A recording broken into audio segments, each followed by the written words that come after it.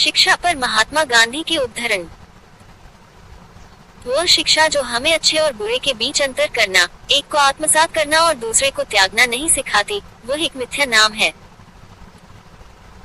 शिक्षा में इतनी क्रांति लानी चाहिए कि वह किसी शाही शोषक की जरूरतों के बजाय सबसे गरीब ग्रामीण की जरूरतों को पूरा कर सके। यदि हम ईमानदार हैं तो नागरिकता की समझ में शिक्षा एक अल्पकालिक मामला है। बुनियादी शिक्षा बच्चों को, चाहे वे शहर के हों या गांव के, भारत में जो कुछ भी सर्वोत्तम और स्थायी है, उससे जोड़ती है।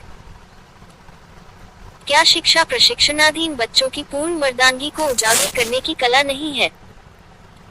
साक्षरता अपने आप में कोई शिक्षा नहीं है। साक्षरता शिक्षा का अंत या आरंभ भी नहीं है। साक्षरता शिक्षा को हाथ की शिक्षा का अनुसरण करना चाहिए, एक ऐसा उपहार जो स्पष्ट रूप से मनुष्य को जानवर से अलग करता है। वास्तविक शिक्षा को शिक्षित होने वाले लड़कों और लड़कियों में से सर्वश्रेष्ठ को बाहर निकालना होगा। सच्ची शिक्षा को आसपास की परिस्थितियों के अनुरूप होना चाहिए, अन्यथा यह स्वस्थ विकास नहीं है। लोकतंत्र को क्रियान्वित करने के लिए वास्तव में तथ्यों का ज्ञान नहीं, बल्कि सही शिक्षा की आवश्यकता है। मेरा मानना कि धार्मिक शिक्षा धार्मिक संघों की एकमात्र चिंता होनी चाहिए। शिक्षा से मेरा तात्पर्य बच्चे और मनुष्य के शरीर, मन और आत्मा में सर्वश्रेष्ठ को सर्वांगीण रूप से सामने लाना है।